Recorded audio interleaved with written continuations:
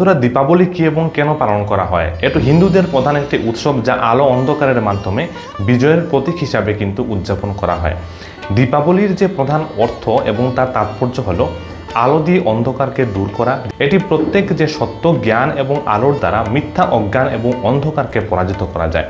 ভগবান রামচন্দ্রের অযোধ্যায় প্রত্যাবর্তনে হিন্দু রামায়ণ কাহিনী অনুসারে ভগবান রাম 14 বছরের বনবাস শেষে এবং রাবণকে পরাজিত করে যখন তিনি অযোধ্যায় ফিরে আসেন, তখন অযোধ্যাবাসীরা প্রদীপ জ্বালিয়ে তার আগমনে আনন্দ উৎসব উদযাপন করে। এটি দীপাবলি পালন অন্যতম ঐতিহাসিক একটা পটভূমি। মা লক্ষ্মীর পুজো, এই দিনে ধন, সম্পদ এবং সমৃদ্ধির দেবী লক্ষ্মীর পুজো করা হয়। বিশ্বাস করা হয় মা লক্ষ্মী এই রাতে ঘরে ঘরে ভ্রমণ করেন এবং যেখানে পরিষ্কার পরিচ্ছন্নতা এবং আলো থাকে সেখানে তিনি আশীর্বাদ দিয়ে যান। তাই ঘরবাড়ি পরিষ্কার করা এবং প্রদীপ জ্বালানো গুরুত্বপূর্ণ রীতি রয়েছে। অশুভ শক্তির উপর শুভ শক্তির জয়।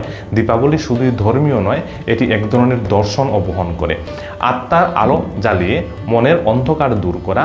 এটি মানুষকে ভালোবাসা, ক্ষমা এবং শান্তির বার্তা দিয়ে থাকে। নতুন বছরের শুরু কিছু অঞ্চলে ব্যবহার করা হয়।